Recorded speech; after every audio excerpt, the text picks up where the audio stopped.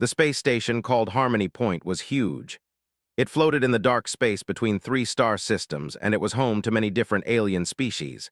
Some had scales, some had fur, some had shells, and some, the ones to join the galactic community, had soft pink skin and walked on two legs. The humans had arrived only 2 years ago. Myra Collins sat at her desk in the quiet biology lab. She was 29 years old, with brown hair that she kept in a messy ponytail and tired eyes that showed she had not slept much. Her computer screen glowed blue in the dark room, showing pictures of cells and long lists of numbers. She was supposed to be studying the blood samples from a sick trader, but her mind kept wandering. It was the middle of the night cycle on the station. Most beings were asleep in their quarters. The lights in the hallways had dimmed to save power, and the only sounds were the soft hum of machines and the distant whisper of air moving through vents. Myra liked these quiet hours. During the day, the station was loud and busy. Aliens of all kinds walked through the halls, speaking in languages that her translator Chip could barely keep up with. They looked at her with strange eyes, some curious, some afraid, some angry. Humans were still new here, still proving themselves. Many species did not trust them yet. She understood why. Humans had a bad reputation in the galaxy. Stories had spread about their wars, their weapons, their ability to destroy. The other species called them the violent ones, the destroyers, the beasts of Terra. When the first human ships had arrived at the galactic border, many had expected invasion. Instead, they had found explorers, scientists, and diplomats who just wanted to learn. It was confusing for everyone. Myra reached for her coffee cup and found it empty. She sighed and pushed back from her desk, stretching her arms above her head. Her back hurt from sitting too long. She needed to walk, to move, to do something other than stare at numbers she could not understand. She stood up and looked around her lab. It was small but comfortable, filled with machines and screens and shelves of samples in glass containers. On one wall hung pictures from Earth, photos of forests and oceans and mountains that she had not seen in 3 years. Sometimes she missed home, so much it hurt. But she had chosen to come here. She had chosen to leave everything behind for the chance to study alien life, to be part of something bigger than herself. And most days, she did not regret it. Most days. Tonight, though, she felt lonely. She felt small and far from home and very, very tired. She was about to go make more coffee when she heard the sound.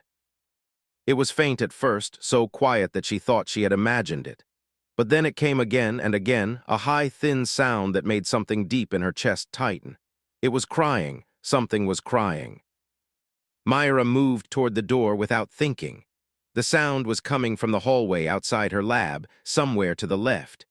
She stepped out into the dim corridor and looked around, trying to find the source. The hallway was empty. The doors to other labs were closed and dark, but the crying continued, getting louder as she walked toward it. She turned a corner and stopped. On the floor, pressed against the wall, was a small creature. It was covered in soft golden fur, with big round ears and a long, thin tail. Its eyes were huge and wet with tears, and its little body shook as it cried. It was no bigger than a house cat from Earth. Myra knew what it was immediately: a cub. They were a peaceful species from a planet called. They were known for their soft fur, their gentle nature, and their strong family bonds. They were also known for being very, very rare. Their population had been dropping for generations, and there were only a few million of them left in the whole galaxy. What was a cub doing alone, in a dark hallway in the middle of the night? Myra crouched down slowly, trying not to scare it. The cub looked up at her with those big wet eyes, and for a moment they just stared at each other. Then the cub opened its tiny mouth and let out another cry, a sound so full of fear and sadness that Myra felt her heart break. She did not think, she just moved. She reached out and picked up the cub, bringing it close to her chest. It was so light, so small, that she could feel every tremble of its tiny body. She pressed it against her, wrapping her arms around it, and began to make soft sounds, the kind of sounds that mothers had made to scared children since the beginning of time. The cub kept crying, but its body began to relax. It pressed closer to her, its small paws gripping her shirt, its face buried against her neck. She could feel its heart beating fast, like a tiny drum. She started to walk, rocking gently as she moved. She hummed a song her mother used to sing to her when she was small, a simple tune with no words. The sound filled the quiet hallway, mixing with the cub's cries until slowly, the crying began to stop. Myra did not know how long she walked. Time seemed to stretch and blur. All she knew was the small, warm body against her chest, the soft fur under her fingers, the tiny breaths that gradually became slower and calmer. When she finally stopped walking, the cub was asleep. She looked down at it, at its peaceful face and its closed eyes, and felt something she could not name. It was like love, but bigger. It was like protection, but deeper. It was something ancient and powerful, something that lived in her bones. She was still standing there, holding the sleeping cub, when she heard footsteps behind her. She turned and saw an adult running toward her. He was larger than the cub, about the size of a medium dog, with the same golden fur but streaked with silver. His eyes were wild with panic, and he was making sounds that her translator rendered as desperate pleas. "She is gone," he was saying. "My daughter is gone. I cannot find her. Please, has anyone seen her? Please, please, please." Myra stepped forward and saw her. He saw the cub in her arms, and he froze. For a long moment, no one moved. They stared at his daughter sleeping peacefully against the human's chest. His eyes moved from the cub to Myra's face, then back to the cub. His whole body trembled. "She is safe," Myra said softly, speaking through her translator. "She was crying in the hallway. I found her and picked her up. She is just sleeping now." They made a sound that was half sob and half laugh. He rushed forward, then stopped, unsure. Myra understood. She crouched down and gently held out the sleeping cub. The father took his daughter carefully, cradling her against his own chest. His eyes never left Myra's face. She could see tears running through his golden fur. "I do not understand," he said. "She would not stop crying. Since her mother died, she cries and nothing helps. How did you make her stop? What did you do?" Myra was quiet for a moment. Then she said, "I held her. I walked with her and sang to her. That is all." They shook his head. "That is not all. Our healers tried to hold her. I tried to hold her. She only cried harder." She looked up at Myra with wonder in his eyes. "What are you?" "I am human," Myra said simply. There was silent. Then he bowed his head, a gesture of deep respect. "Thank you," he said. "Thank you for saving my daughter. My name is, I am in your debt forever." Myra bowed her head in return. "My name is Myra, and you owe me nothing. I just did what anyone would do." But that was not true, and they both knew it. What Myra had done was not common. It was not normal. It was something that most species in the galaxy could not do or would not think to do. Looked at his sleeping daughter one more time. Then he looked at Myra. "Will you come with me?" he asked. "There is something I must tell you, something important." Myra hesitated. She thought about her work waiting in the lab, about the samples she needed to study, about all the reasons she should say no.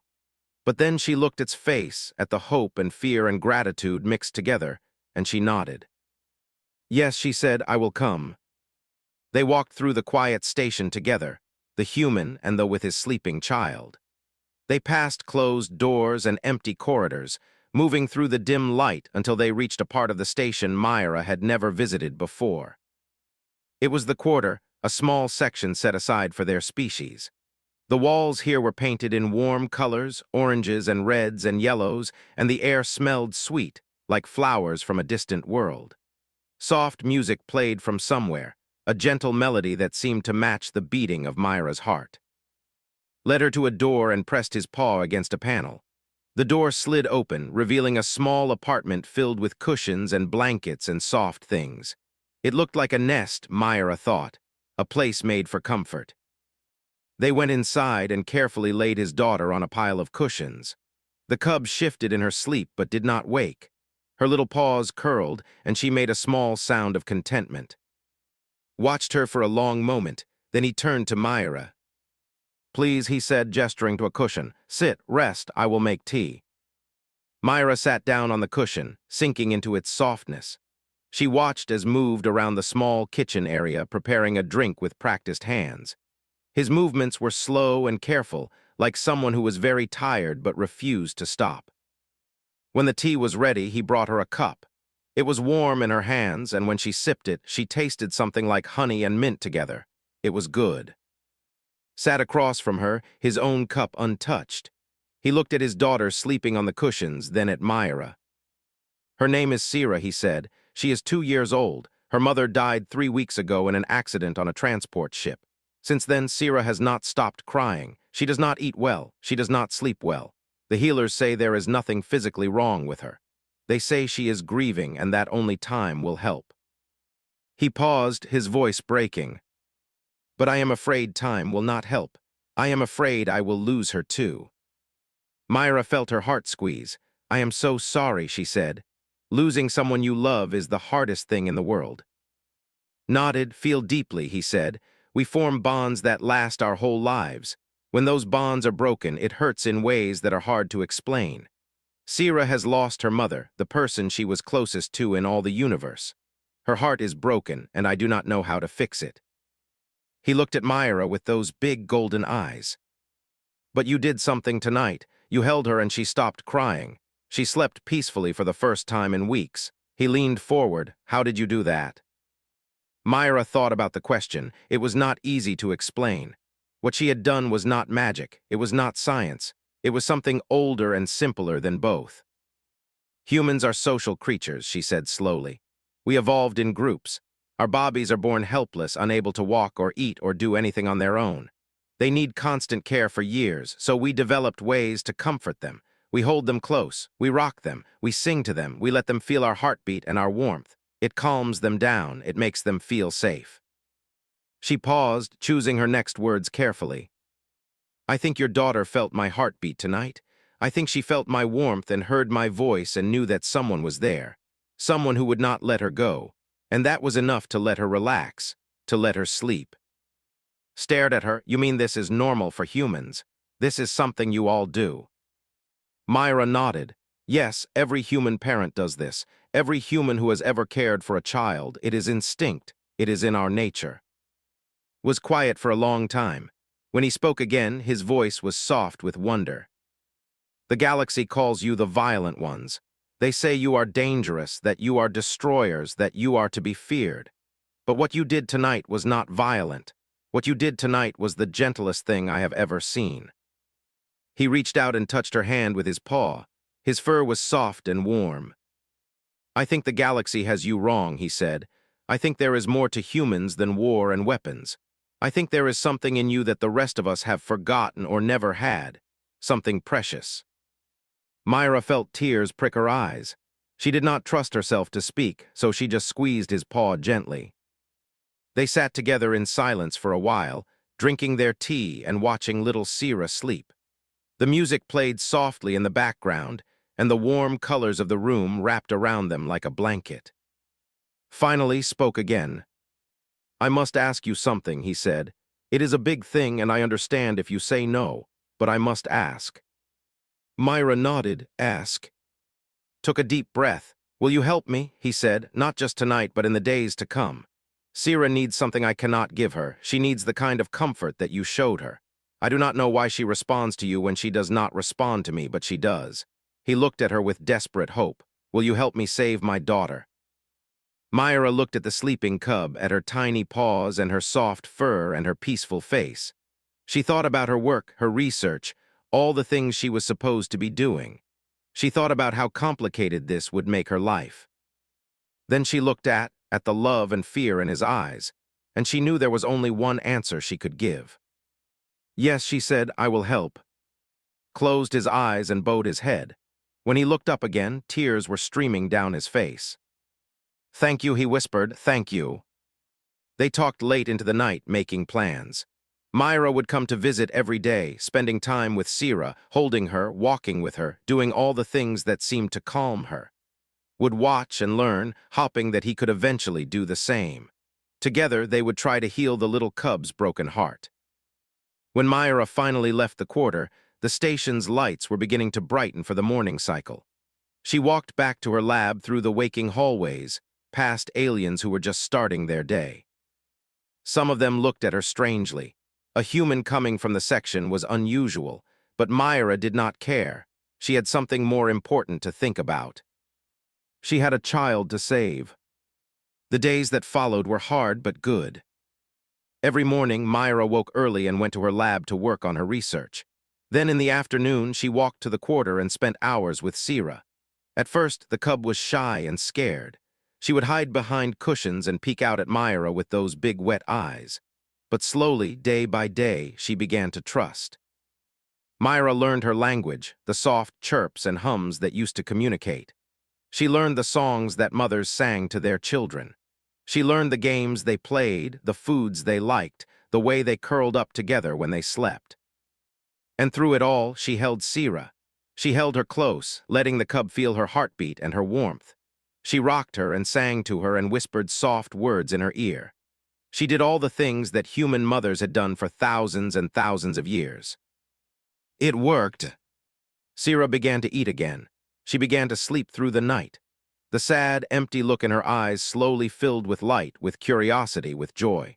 She started to play again, chasing toys around the room and pouncing on cushions. She started to laugh, a sound like tiny bells that made everyone who heard it smile. Watched all of this with growing amazement. He tried to learn what Myra was doing, to copy her movements and her songs. And slowly, he began to succeed. He learned to hold his daughter the way Myra did, close against his chest with his paw making slow circles on her back. He learned to rock her gently, to hum softly, to be the anchor that kept her safe. Word of what was happening spread through the station. The community heard first. They came to S's apartment to see the miracle for themselves, to watch the human woman calm the grieving cub. They asked questions, so many questions about humans and their ways of caring for children. Myra answered as best she could. She explained about touch and warmth and presence. She explained about the bond between parent and child, about the power of simply being there. She explained that humans were soft creatures who needed each other to survive. They listened with wonder in their eyes. Then other species heard. The with their blue skin and 4 arms, the who looked like walking trees, the who were small and quick and covered in scales. They all came to see, to ask, to learn. And Myra realized something important. The galaxy was lonely. Not all of it, of course. Many species had families and communities and strong bonds with each other, but many others had forgotten how to connect. They had become isolated, separate, alone. They had lost the old ways of touching and holding and being together. The humans could teach them. One evening, about 2 months after that first night, Myra was walking through the station with Sira in her arms. The cub had grown bigger and stronger, but she still liked to be carried sometimes. She was tucked into the front pocket of Myra's hoodie, her favorite place, with just her little face peeking out. They passed a group of traders standing in the hall. One of them, a tall female with deep blue skin, stopped and stared. "Is that a?" she asked, her translator making her voice sound flat and mechanical. Myra nodded. Yes, her name is Sira. They stepped closer, bending down to look at the cub. Sira looked back at her with curious eyes but did not seem afraid. "She is in your clothing," they said. "Why?" Myra smiled. "She likes it there. It is warm and soft and she can hear my heartbeat." There was quiet for a moment. Then she said, "I have heard stories about humans, about how you care for children. Is it true that you hold them close like this, that you carry them against your bodies?" "Yes," Myra said. "It is something we have always done." They looked at Sira, then at Myra. "We do not do this," she said. "Children are raised in groups, looked after by caretakers. We do not carry them or hold them." She paused. "Perhaps we should." She walked away without another word, but Myra saw something in her eyes. Something like longing, something like hope. That night, Myra thought about what she had seen. She thought about all the species on the station, all the different ways they lived and raised their children. She thought about the loneliness she had sensed, the hunger for connection that seemed to exist everywhere she looked. She thought about what humans could offer. Not weapons or war, not violence or destruction, something much simpler and much more powerful. Touch, warmth, presence, love. The next day, she went to talk to the station commander. Commander Vex was a tall and thin with bark-like skin and leaves growing from his head. He had been in charge of Harmony Point for 20 years and had seen many things, but he had never seen a human walk into his office looking quite so determined. "Dr. Collins," he said, his voice like rustling branches. "What can I do for you?" Myra took a deep breath. "I want to start a program," she said, "a program for all species on the station." Vex tilted his head. "We already have services," he said. "I know," Myra said, "but what I am thinking is different. I want to teach other species about human methods of infant care, about holding and rocking and singing, about touch and warmth and presence." She paused. "I think it could help a lot of people." Vex was quiet for a long moment. His leaves rustled softly as he thought. "This is unusual," he said finally. "Humans have been part of the galactic community for only 2 years. Many species still do not trust you. And now you want to teach them how to care for their children." "Yes," Myra said, "that is exactly what I want." Vex studied her. His eyes were deep and old, like pools of dark water. "Why?" he asked. Myra thought about Sira, about the way the cub had stopped crying in her arms that first night. She thought about the hope and gratitude in his eyes. She thought about the trader with longing in her gaze. "Because it is what we are good at," she said. "Humans are not just warriors. We are not just destroyers. We are also carers. We are also protectors. We have been holding our children close for millions of years, keeping them safe with our bodies and our warmth." She looked at Vex steadily. "Let us share that gift with the galaxy." Vex was silent for a very long time. Then slowly he nodded. "Very well," he said. "I will approve your program. Let us see what happens." The program started small. Myra called it the Warm Place. At first, only a few aliens came, and Sira, of course. A few other who had heard the stories, a trader who was curious, a family whose youngest child would not stop crying. Myra taught them what she knew. She showed them how to hold children close, how to rock them gently, how to make soft sounds that calmed frightened hearts. She explained the science behind it, the way touch released chemicals in the brain that reduced stress and increased bonding. But mostly she just showed them. She held children of a dozen different species in her arms. She walked with them, sang to them, let them feel her heartbeat. And almost always they calmed down. Almost always they relaxed. Almost always they fell asleep. Word spread. More aliens came, then more, then more. Within 6 months, the Warm Place had its first room. They moved to a bigger space, then a bigger one. Other humans on the station volunteered to help. Daniel Park, a teacher, Casey, an engineer, Sam, a doctor. They all learned to do what Myra did, to hold and rock and sing and comfort.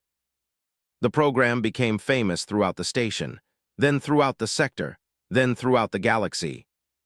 Reports were sent to the Galactic Council. Scientists came to study what was happening. Journalists came to tell the story. Everyone wanted to know how humans, the violent ones, had become the galaxy's best babysitters. Myra did not care about the fame. She cared about the children. She watched cubs learn to trust again after losing their mothers. She watched Bobbies relax in arms that had never held them before.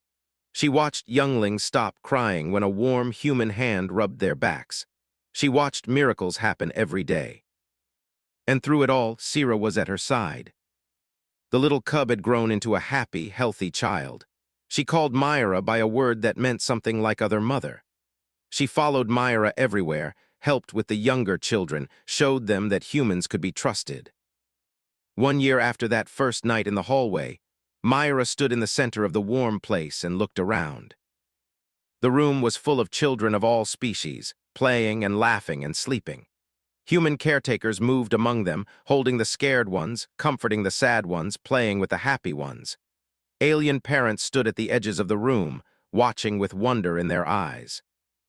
And in Myra's hoodie pocket, tucked against her chest where she could feel her heartbeat, Sira dozed peacefully. "You know," said a voice behind her, "when I first heard about this place, I thought it was a joke." Myra turned.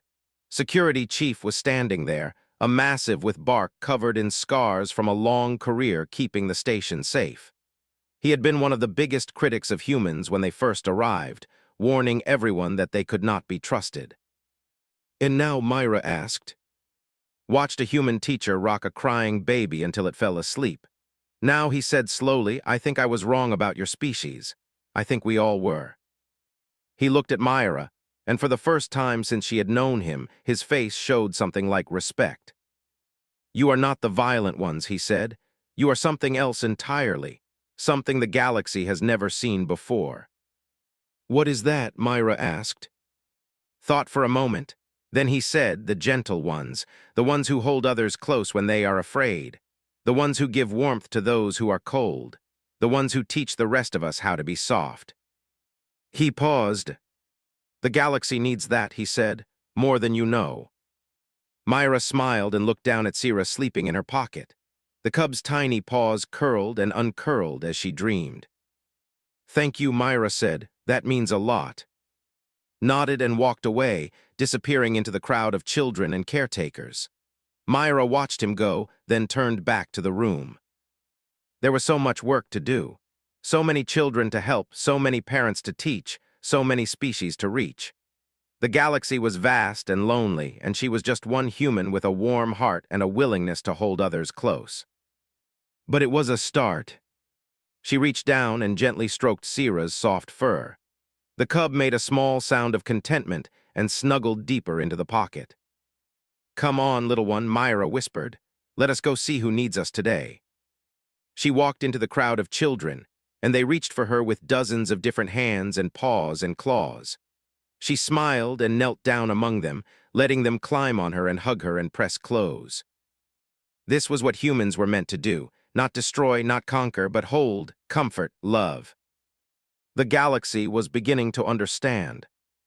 And it was just the beginning. 3 years passed. The warm place grew from a single room to an entire section of the station. Then it spread to other stations, other planets, other systems. Human specialists traveled across the galaxy, teaching aliens what they knew about touch and warmth and presence. They were the first to adopt human methods completely. Their population, which had been declining for generations, began to stabilize. Scientists discovered that bobbies who were held close and rocked regularly had stronger immune systems and healthier brains. The species began to recover. Other species followed. They reformed their group system, adding human-style individual care.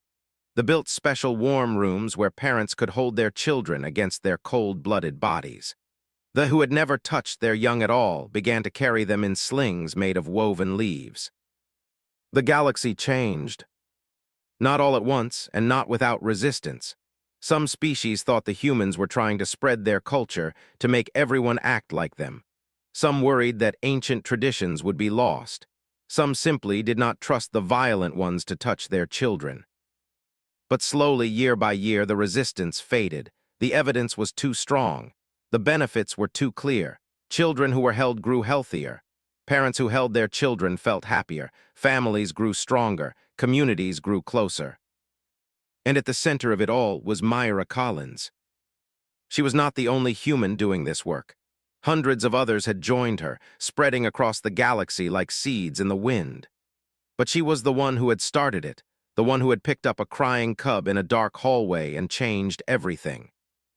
She was 50 years old now.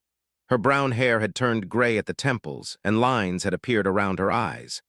But she still worked at the warm place every day, still held children in her arms, still taught new parents the old human ways. And Sira was always at her side. The little cub had grown into a full adult, a beautiful with golden fur that shone in the light. She had children of her own now, 2 tiny cubs named and Kip who loved to be carried in Myra's hoodie pocket. Some things never changed. One evening, as the station's lights dimmed for the night cycle, Myra sat in the main room of the warm place. The children had all gone home, and the space was quiet. She was tired in a good way, the kind of tired that came from a day well spent. Sira came and sat beside her. They leaned against Myra's side, her fur warm and soft. Do you remember, Sira asked, the night we met? Myra smiled. I remember. You were crying in the hallway. I was so scared, Sira said. I had lost my mother and the world was cold and empty. I thought I would never feel warm again. She looked up at Myra with those big golden eyes. And then you picked me up, she said, and suddenly I was not alone. Suddenly there was a heartbeat against my ear and warmth all around me. Suddenly I was safe. Myra reached out and stroked Sira's fur, just as she had done thousands of times over the years. I just did what felt right, she said. I did not think about it. I know, Sira said. That is what makes it so amazing. For you, it was instinct, it was natural, it was just what humans do. She paused, but for me, it was a miracle. They sat together in the quiet room, looking out the window at the stars. Somewhere out there, millions of beings were holding their children close. Millions of beings were learning to give warmth and receive comfort. Millions of beings were discovering what humans had always known. You changed everything, Sira said softly. You know that, right? Myra shook her head. I did not change anything. I just showed people what they already had inside them, the ability to love, the desire to protect, the need to hold others close. She smiled. Those things exist in every species. I just helped them remember. Sira was quiet for a moment. Then she said, my daughter wants to learn how to work here. She wants to help children the way you helped me. Myra felt her heart swell. Really? Yes, she says that when she grows up, she wants to be just like her human grandmother. Sira looked at Myra with love in her eyes. That is what she calls you, you know, human grandmother. Tears prickled at Myra's eyes. She blinked them away and smiled. I would be honored to teach her, she said. They sat together as the station spun slowly through the darkness of space. Outside the window, the stars burned cold and distant. But here, in this small room, there was warmth. There was love. There was the simple, ancient power of beings who cared for each other. The galaxy had called humans the violent ones. They had expected war and destruction. They had prepared for conquest and bloodshed. Instead, they had found something they did not expect. They had found gentleness. They had found warmth. They had found a species that held others close when they were afraid, that gave comfort to those who suffered, that taught the universe how to be soft. The humans had not conquered the galaxy. They had hugged it. And the galaxy, slowly and gratefully, had hugged them back. In a small apartment in the quarter, sat with his on his lap, and Kip were chattering about their day, about the games they had played and the friends they had made. They showed him a picture they had drawn, a messy scribble of colors that they said was their family. There was Golden and smiling. There was Sira tall and proud. There were in Kip themselves 2 small balls of fur. And there in the center of the picture was Myra, the human grandmother, the one who had started it all. Looked at the picture for a long time. Then he hugged his close, feeling their small hearts beat against his chest. Let me tell you a story, he said. A story about a night many years ago when a human found a crying cub in a dark hallway. And Kip settled in to listen, their eyes wide with attention, and began to tell the story of how a single act of kindness had changed everything. How a simple gesture of holding and comforting had spread across the galaxy like ripples in water. How the violent ones had become the gentle ones, not through force or conquest, but through love. It was a good story. It was a true story. And it was only the beginning. The next morning, Myra woke to find a message on her console. It was from the Galactic Council, the governing body that oversaw all the species in the known universe. The message was simple. It said, Dr. Myra Collins, you have been nominated for the Award of Galactic Unity. This is the highest honor the Council can bestow on any individual, given to those who have made exceptional contributions to peace and cooperation between species. The ceremony will be held on the Council in 3 months. Your presence is requested. Myra read the message 3 times, not quite believing what she was seeing. The Award of Galactic Unity. No human had ever received it. No human had even been nominated. It was the kind of honor that went to diplomats who had ended wars, to scientists who had cured plagues, to leaders who had united nations. Not to a biologist who liked to hold children. She was still staring at the message when Sira arrived at her door. I heard the news, Sira said, her golden eyes bright with excitement. Everyone is talking about it. A human nominated for the Award of Galactic Unity. Myra shook her head. It does not seem real. It is real. Sira came and sat beside her, taking her hand in both paws. And it is right. You deserve this honor more than anyone I know. I did not do anything special, Myra said. I just held children. Anyone could do that. Sira smiled. That is exactly what makes it special, she said. You do not think it is anything remarkable. You do not understand why the whole galaxy is amazed. Because to you, holding a scared child is just what you do. It is just who you are. She squeezed Myra's hand. That is why you changed everything, Sira said. Because you showed us that love does not have to be complicated. It does not have to be earned or deserved or calculated. It can be as simple as picking up someone who is crying and holding them close. Myra felt tears running down her cheeks. She did not try to wipe them away. I love you, she said to Sira. You know that, right? I know, Sira said. And I love you too, my other mother, my human grandmother, my friend. They hugged, the human and the two beings from different worlds who had become family. And in that moment, all the awards and honors in the galaxy seemed small compared to this, compared to the simple power of being held by someone who cared. The ceremony was 3 months away. There was work to do, preparations to make, speeches to write. But for now, Myra just sat with her daughter and let herself be grateful for everything that had led to this moment. A crying cub in a dark hallway. A heartbeat and a warm embrace. A galaxy learning to be soft. It was more than she had ever dreamed of. It was more than she had ever hoped. And it had all started because she had done what humans had always done. She had held someone close. On the other side of the station, Security Chief was making his evening patrol. He walked through the halls with his measured steps, checking doors and scanning for trouble. It had been a quiet day, like most days were now. The station was peaceful. The species lived in harmony. There had not been a serious incident in months. Remembered when things had been different. When he was young, the station had been a place of tension and conflict. Species did not trust each other. Fights broke out in the hallways. The security teams worked constantly to keep the peace. Now children of different species played together in the corridors. Parents stopped to chat with neighbors they had never talked to before. The warm place had become the heart of the station, a meeting ground for all beings. Things had changed. Passed the window of the warm place and paused to look inside. The night shift was on duty, a young human man named Jake Carter who had been working there for 2 years. He was walking slowly around the room, rocking an infant in his arms. The little reptile was fast asleep, its cold blood warmed by the human's body heat. Jake looked up and saw watching. He smiled and waved. Waved back. He continued his patrol, thinking about everything that had happened since the humans arrived. He thought about his own prejudices, his own fears, his own certainty that the violent ones would bring destruction to the station. He had been wronged. So had everyone else. The humans had brought something the galaxy had not expected. Not war, but peace. Not violence, but gentleness. Not destruction, but healing. They had reminded everyone what it meant to care for each other, what it meant to hold others close, what it meant to be soft in a hard universe.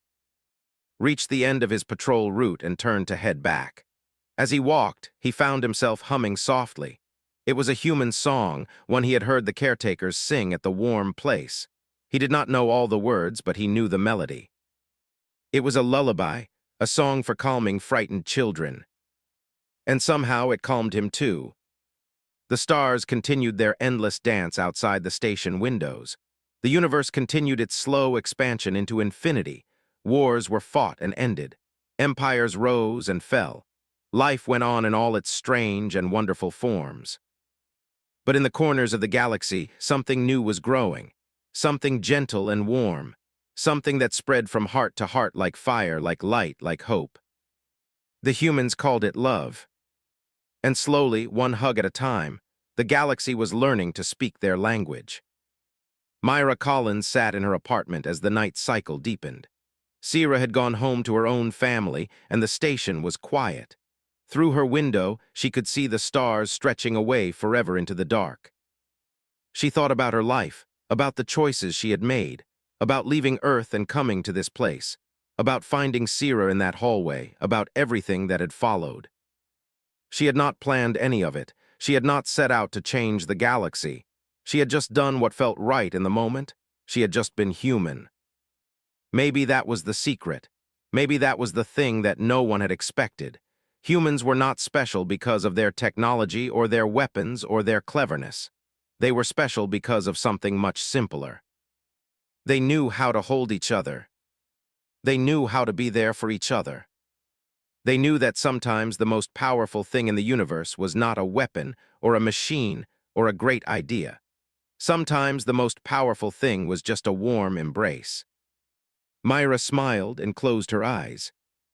Tomorrow there would be more work to do, more children to help, more parents to teach, more species to reach. But tonight she was content. Tonight she was grateful. Tonight she was exactly where she was supposed to be. A human among the stars, holding the galaxy close. And the galaxy held her back. The end of Part 1.